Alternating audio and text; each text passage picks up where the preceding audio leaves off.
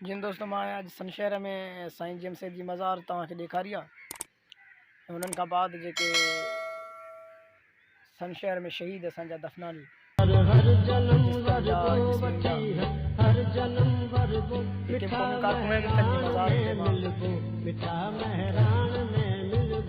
अलाए सिर्फ़ु मां चंद लफ़्ज़ उस्ताद बुखारी चवंदुसि त जो क़ौम जी आरे सो जीअंदो रहंदो, जो आम उजारे सो जीअंदो रहंदो, मूंखे तारीख़ ऐं तक़दीर ॾिनी पका जो सिंध संवारे सो जीअंदो रहंदो। इन्हनि लफ़्ज़नि जे लाइ इन लाइ मूं इहे लफ़्ज़ चया आहिनि जेके अॼु ताईं बि ज़िंदा आहिनि। असांजे सिंध जा कारकुन जेके बि हिन सिंध लाइ विढ़ंदे शहीद थिया आहिनि, पंहिंजी मज़ार जो मां तव्हांखे दीदार कराईंदुसि। ये दोस्तों ये आए शहीद मुज़फ़्फ़र भुट्टो, जंहिंजी तस्वीर बि मज़ार ते लॻल आहे।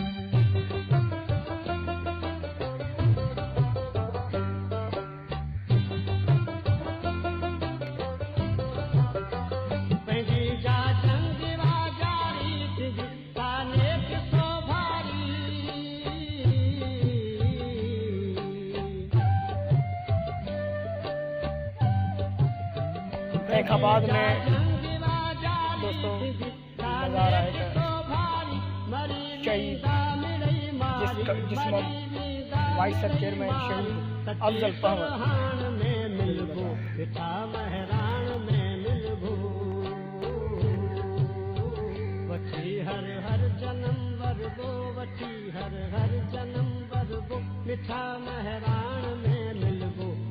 जिन दोस्तों इन लाइ सिर्फ़ु मां चंद लफ़्ज़ इरशाद नदी जा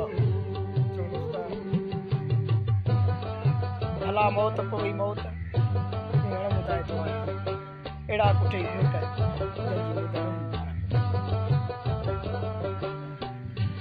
दोस्तों ही मज़ार आहे मसमात सकीना चोलियाणी जो।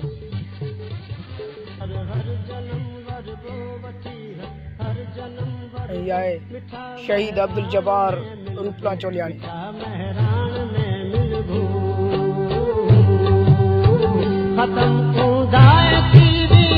शहीद मुनीर मंजूर चोलियाणी।